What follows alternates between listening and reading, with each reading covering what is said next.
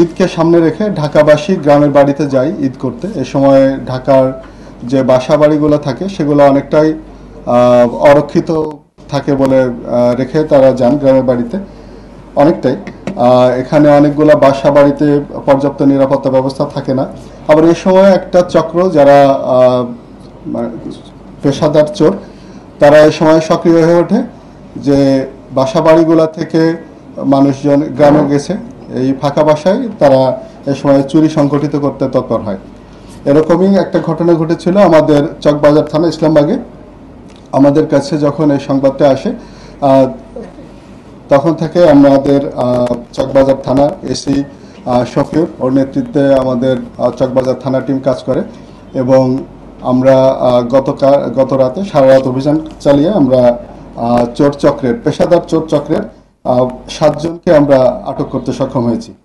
এখানে একটা বিষয় আপনাদেরকে একটু বলে রাখি, এই যে পেশাদার চোর চক্রের আমরা সদস্যদেরকে আটক করেছি, এর ভিতরে 4 জনের নামে এই পর্যন্ত 47টা মামলা আছে।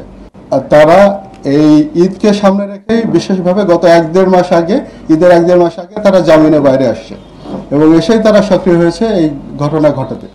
এরা খেয়াল রাখে, এরা এলাকায় মুভ করে এবং এরা রেকি করে আগে কয়েকটা দিন যে কোন বাড়িটা নীরব আছে, কোন বাড়ি থেকে ভাড়াটিয়ারা চলে গেছে, সেইগুলার বেসিক্যালি এদের টার্গেট। তারপরে তারা এই বাসায় চুরি করতে ঢুকে এবং এদের মূল টার্গেট থাকে নগদ অর্থ, স্বর্ণালঙ্কার এবং বিভিন্ন ইলেকট্রনিক গ্যাজেট। তো এই যে বিষয়গুলো আমরা যখন এই সংবাদটা পেয়েছি তখন থেকে আমাদের এটা মাথায় ছিল। আমরা লাকিলি আমরা একটা সিসিটিভি ফুটেজ পাই এবং ওটা পাওয়ার পরে যেহেতু এদের বিরুদ্ধে আগে অনেক মামলা আছে, থানায় কর্মরত অফিসাররা অনেকে ওদেরকে দেখে চিনে ফেলে, যার ফলে আমাদের অভিযানটা করতে অনেক সহজ হয়েছে এবং আমরা একদিনে এদেরকে গ্রেপ্তার করতে সক্ষম হয়েছি এবং এদের বিভিন্ন জায়গা থেকে চুরি করা বিপুল পরিমাণ যে জিনিসপত্র আপনারা দেখেছেন। এরা আমাদেরকে স্বীকার করছে গতকাল প্রাথমিক জিজ্ঞাসাবাদে যে এরা এইখানে ইসলামবাগে চুরি করার আগেও কেরানীগঞ্জে 2টা জায়গায় চুরি করেছে এবং সেটার যে চোরাই পণ্যগুলো সেগুলো আপনারা দেখেছেন। তো আমরা এটা চুরি করার পরে, স্বর্ণালঙ্কার চুরি করার পরই এরা এটা তাঁতিবাজারে গিয়ে একজন স্বর্ণ ব্যবসায়ীর কাছে তারা এই চোরাই স্বর্ণ বিক্রি করে দেয় এবং সেই ব্যবসায়ী এটা নিয়ে গলিয়েও ফেলে।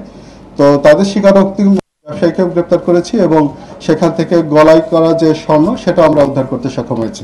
তো আমাদের এই যে পেশাদার যে চোর চক্র বা অন্য যে অপরাধীগুলো আছে, আমরা এদেরকে এখন মামলায় তাদেরকে আমরা কোর্টে প্রেরণ করব এবং আমরা তাদের রিমান্ডের জন্য আবেদন করব।